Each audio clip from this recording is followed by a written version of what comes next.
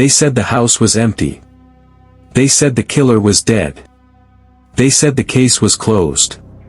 But houses, don't forget. And some crimes don't end when the blood dries.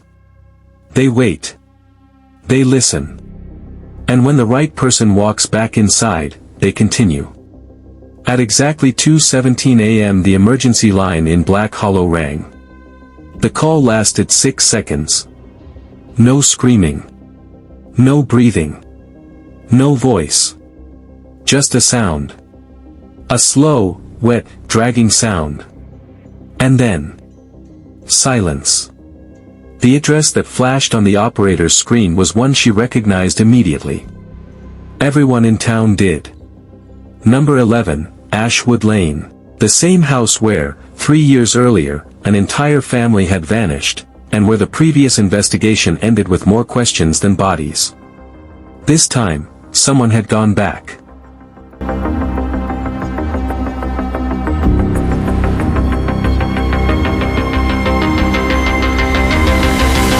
Until Crow reached the hallway mirror.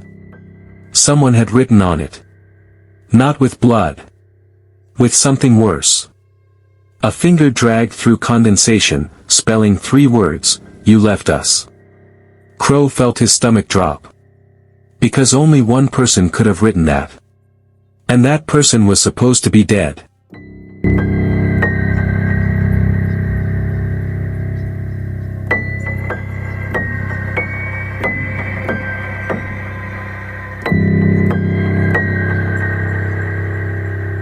Behind the basement wall, they found it. A room not on any blueprint. A room sealed from the inside. Inside were children's drawings. Audio tapes labeled with dates. Handcuffs bolted into concrete. And a camera mounted in the corner. The tapes were played later. What they contained was never released to the public. But one line leaked. A child's voice saying, "If we stay quiet, he won't choose us." Crow recognized the voice. It belonged to a boy officially listed as never found. A boy Crow himself had declared dead.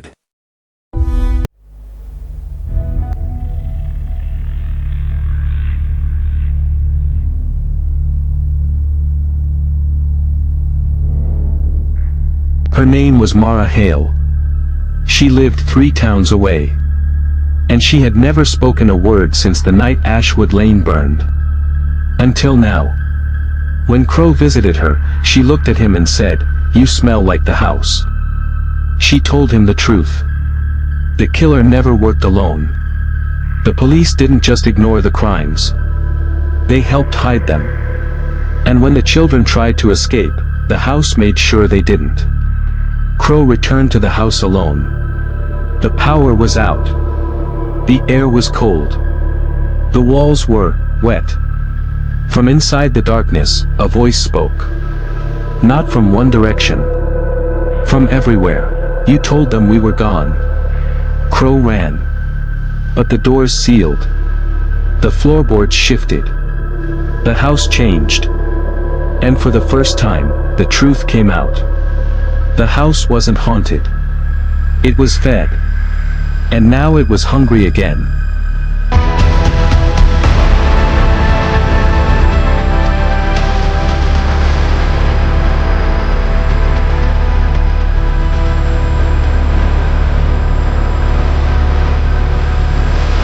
When police arrived the next morning, they found the house empty.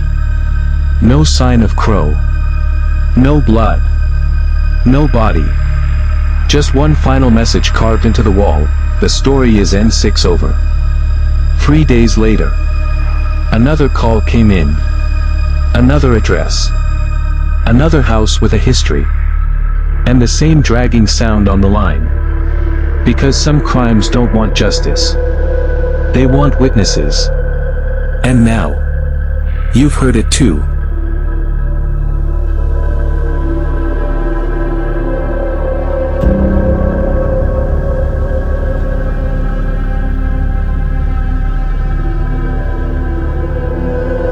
The basement door did not slam. It closed. Slowly. carefully, as if whatever pushed it wanted to be polite. Detective Elias Crow did not turn around, because deep down, he already knew something impossible had just happened. The body hanging upside down in front of him, Officer Daniel Reed, was still dripping, which meant the killer hadn't left, which meant the house was no longer empty. And then Crow heard it. A sound coming from inside the walls. Not footsteps. Not breathing. But something heavier. Something being dragged. The same sound was heard on the emergency call. The same sound that ended the call. And suddenly, Crow understood the truth too late. The house wasn't calling for help. It was calling for witnesses.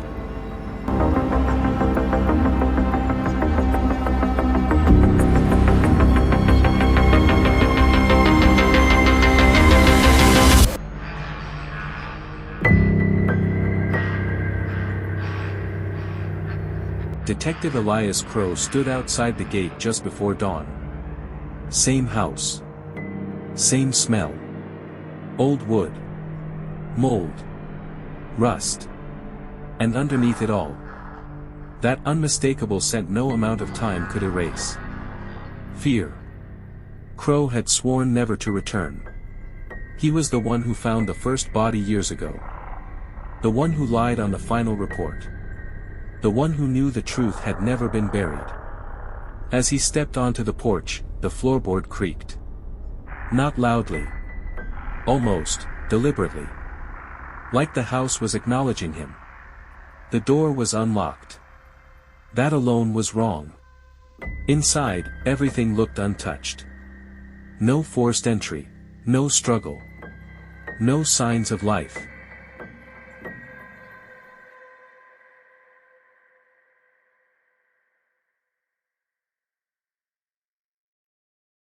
Crow forced himself to move. The rope creaked as Reed's body swayed slightly, as if reacting to Crow's presence. The smell was fresh. Coppery. Warm. Crow checked the pulse anyway. He didn't know why. Maybe part of him hoped Reed was alive. Maybe part of him wanted forgiveness. There was none.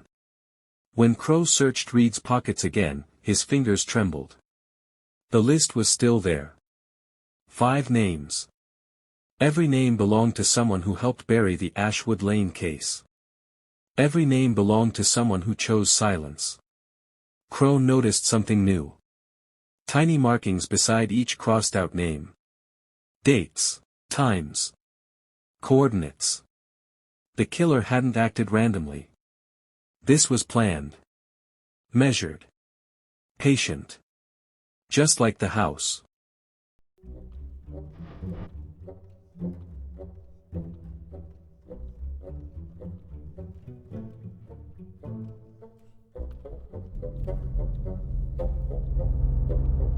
Crow began hitting the basement walls. Once. Twice. The third strike made a sound that didn't belong. A hollow echo. Like knocking on a coffin. When backup arrived, they laughed nervously. Until the wall cracked. Behind it was a room that should not exist. No windows. No ventilation. No exit. The air inside was thick enough to choke on. The floor was layered. Not with dust. With stains. Handprints lined the walls. Some pressed desperately. Some smeared downward, like something had been dragged away. Crow noticed something worse. The handprints grew smaller the deeper they went. Children. Multiple. Dozens. And carved into the concrete was a sentence, repeated again and again, "The house chooses."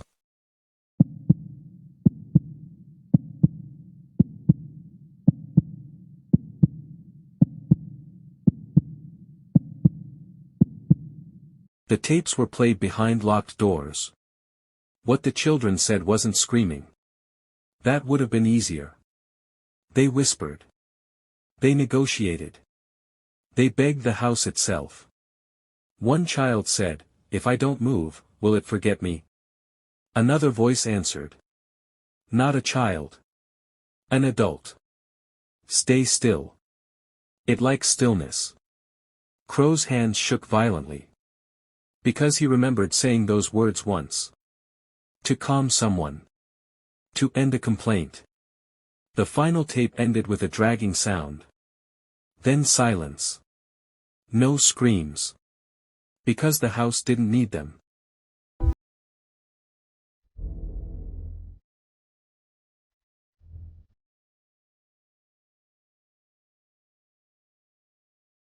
Mara Hale sat perfectly still when Crow entered.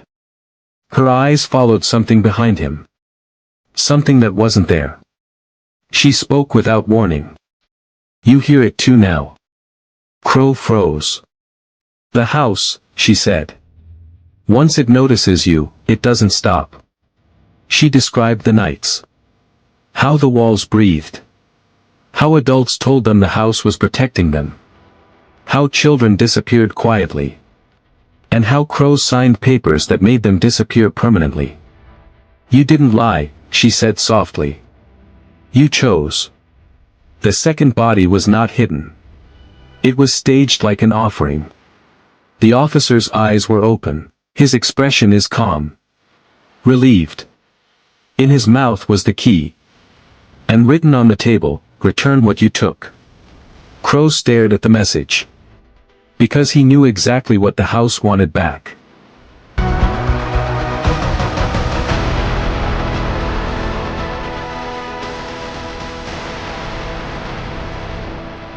The house stood silent. Crow was gone. No blood. Nobody. Only a tape recorder on the floor. The final words recorded were whispered, the next house is already awake. The case was reopened. But the house had already moved on. Because once a story like this is told, it doesn't stay in one place. You'll hear where it goes next.